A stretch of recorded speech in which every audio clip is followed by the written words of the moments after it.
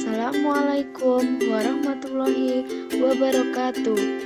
Kami siswa dan siswi SMA Negeri 1 Ngawi dari kelompok 1 kelas 10 MIPA 4 ingin mempresentasikan materi mengenai Kerajaan Kutai dan Kerajaan Dharmanegara. Selamat menyaksikan. Sebelum saya menampilkan hasil diskusi kelompok, saya akan memperkenalkan kelompok 1 dari 10 MIPA 4, yaitu Adriananda Nur Saputra absen 1, Akmal Rifki Natarik absen 2, Alfi Alifatunisa absen 3, Alifiandra Akbar Syaputra absen 4, Amalia Anggi absen 5, dan Andina Ika absen 6.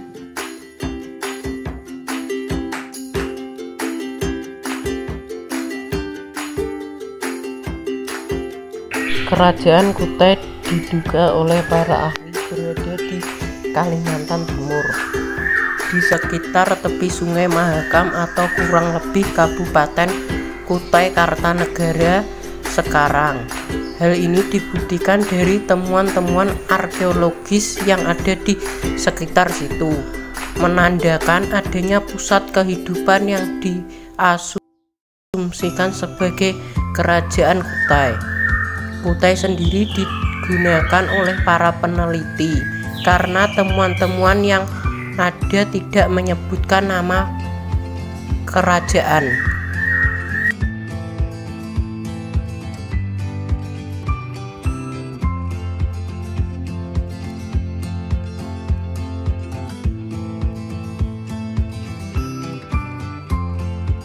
Kerajaan Kutai atau lengkapnya Kutai Martadipura pada tahun 350 sampai 1605 merupakan kerajaan Hindu di Nusantara yang memiliki bukti sejarah tertua, didirikan oleh Maharaja Kedungga beserta anaknya Aswaratman. Raja-raja yang memerintah Kutai yaitu Maharaja Kedungga gelar Anomerta Dermawan pendiri, Maharaja Aswawarman gelar Wangskerta anak Kudungga, Maharaja Malawaran Naladewa anak Aswawarman, Maharaja Marawijaya Warman, Maharaja Gajaya Warman, Maharaja Tunggawarman, Maharaja Jayana Warman, Maharaja Nalasinga Marwan, Maharaja Nalaparana Tunggawarman, Maharaja Gandhika Warman Dewa, Maharaja Indra Warman Dewa, Maharaja Sangga Warman Dewa, Maharaja Chandrawarman, Maharaja Sri Lanka Dewa Warman, Maharaja Gunaparana Dewa Warman, Maharaja Wijayawarman, Maharaja Sri Aji Dewa Warman, Maharaja Mulia Putra Warman, Maharaja Nalapandita Warman, Maharaja Indra Paruta Dewa. Beberapa maharaja yang terkenal antara lain Kudungga. Pada tahun 350 sampai 375, Kudungga merupakan pembesar dari Kerajaan Champa, Kamboja, yang datang ke Indonesia dan belum menganut agama Hindu. Malawarman Naladewa pada tahun 400 sampai 426 Kerajaan Kutai mengalami masa keemasan saat dipimpin oleh Malawaran. Era kekuasaannya hampir meliputi seluruh wilayah Kalimantan Timur. Rakyat Kutai hidup sejahtera dan makmur.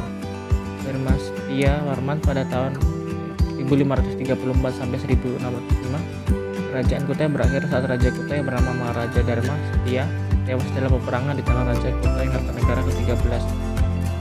Pada tahun 1605, Kutai Kartanegara menurut sastra Jawa, negara agama, berubah menjadi kerajaan Islam.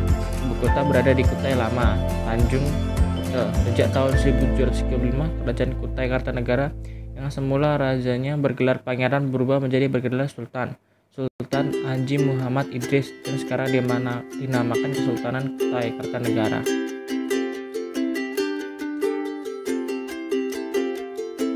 Kehidupan ekonomi masyarakat Kutai diperkirakan ditunjang dari sektor pertanian, baik sawah maupun ladang. Selain itu, melihat letaknya yang strategis, yaitu di sekitar Sungai Mahakam yang menjadi jalur perdagangan Cina dan India, membuat Kerajaan Kutai menarik untuk disinggahi para pedagang. Dengan begitu, bidang perdagangan telah menjadi bagian dari kehidupan masyarakat Kutai. Kehidupan ekonomi masyarakat Kutai meningkat dengan diangkatnya Raja Malawarman. Beliau adalah raja yang mulia dan dermawan, terbukti dan memberi sedekah kepada rakyat yang berupa 20.000 ekor sapi yang diletakkan di Opera Keswara.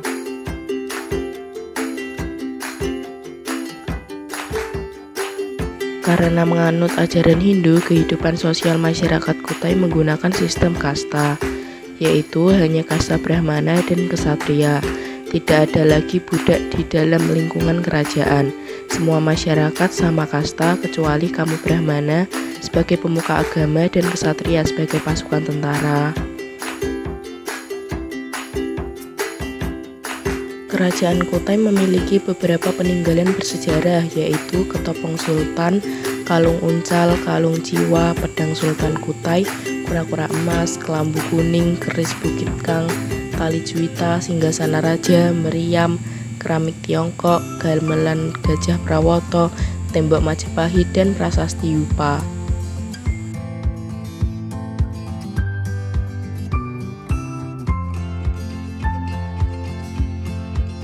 Kerajaan Tarumanegara.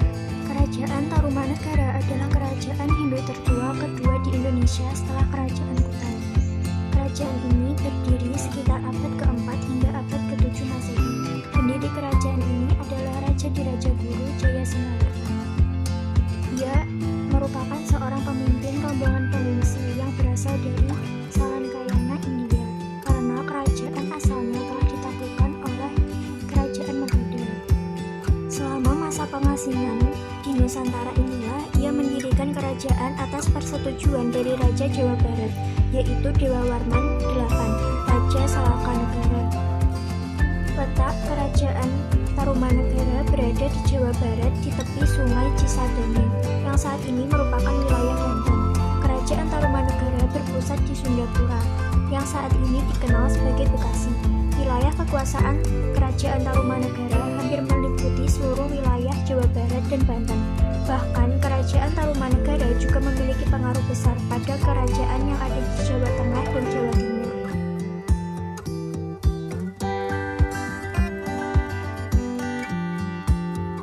Raja yang memerintah Kerajaan Tarumanegara. Kerajaan Tarumanegara dipimpin oleh 12 raja. Raja terakhir yaitu Raja Linggawarman pada tahun 669 Masehi. Kerajaan Tarumanegara jatuh pada menantu dari putri sulungnya, yaitu Tarusbawa dari Sunda. Tarusbawa lebih menginginkan kerajaannya sendiri, yaitu Sunda. Namun hingga hari ini belum diketahui secara pasti kapan Kerajaan Tarumanegara berakhir.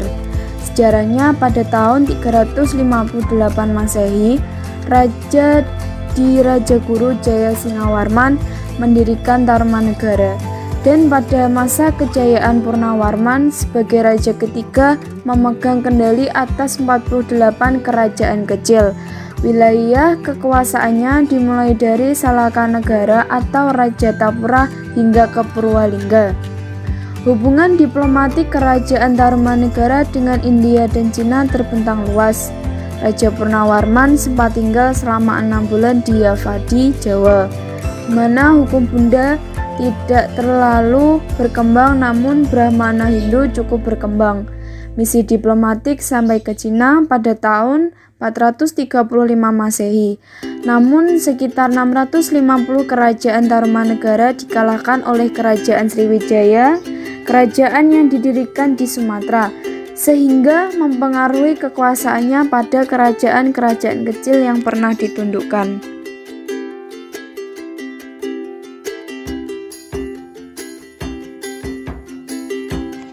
Kehidupan ekonomi Kerajaan Tarumanegara mempunyai jalur sungai dan pelabuhan yang digunakan untuk aktivitas perdagangan antar Asia Tenggara. Beberapa barang dagangan yang mereka jual yaitu emas, perak, kulit penyu, dan gading. Hal di atas menggambarkan bahwa Kerajaan Tarumanegara juga berbasis maritim dalam sistem ekonominya. Kerajaan ini juga melakukan aktivitas ekonomi berbasis agraris dengan bertani dan berternak.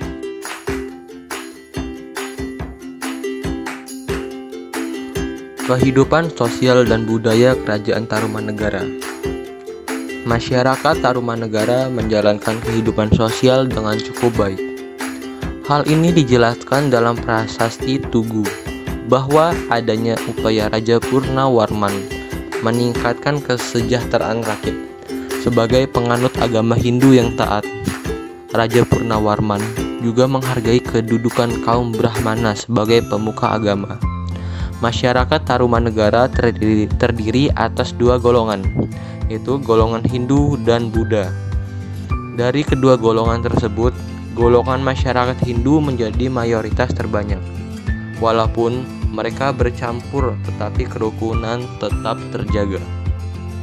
Kebudayaan masyarakat Tarumanegara juga sudah tergolong cukup tinggi, sebab mereka sudah menguasai teknik penulisan huruf Pallawa dan bahasa Sanskerta dengan baik. Selain itu, mereka juga pandai membuat arca, prasasti, dan bangunan peribadahan seperti candi. Prasasti Ciarutan. Prasasti ini ditemukan di tepi Sungai Ciarutan, di dekat tepi Sungai Cisadane. Pada prasasti ini terdapat tulisan yang terdiri dari 4 baris dan tulisan dalam bahasa Sanskerta dengan huruf Pallawa. Selain itu, pada prasasti ini juga terdapat lukisan yang terlihat seperti laba-laba dan telapak kaki Raja Purnawarman. Prasasti Jambu. Prasasti Jambu ditemukan di sekitar perbukitan Jambu di Bukit Koleangka. Prasasti Jambu disebut juga Prasasti Pasir Koleangka. Isi dari prasasti ini adalah tulisan yang memuji pemerintahan pada masa Raja Mulawarman. Selain berisi tulisan tersebut, pada prasasti Jambu juga terdapat gambar telapak kaki. Prasasti Kebun Kopi. Prasasti ini ditemukan di Kampung Muara Hilir, Kecamatan Cibungbulan, Bogor. Pada prasasti ini terdapat sebuah lukisan kaki gajah. Tapak kaki ini disamakan dengan tapak kaki gajah Airawata, gajah yang ditunggangi oleh Dewa Wisnu.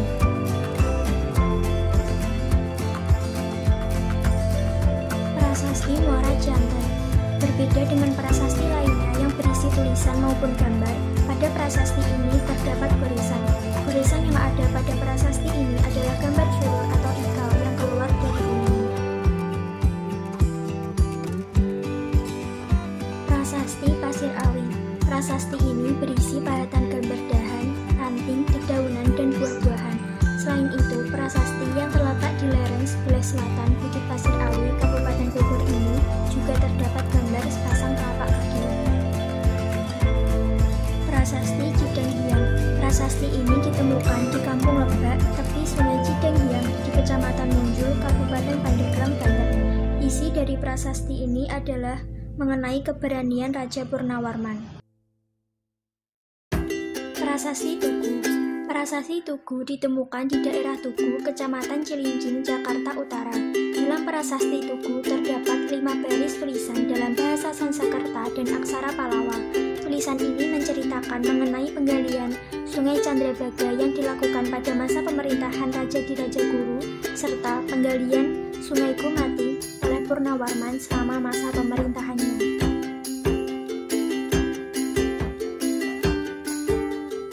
Sekian presentasi dari kelompok kami.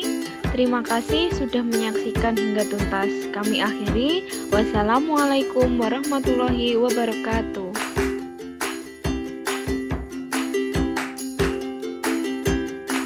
Jangan lupa like, komen, dan subscribe video ini ya guys. Terima kasih.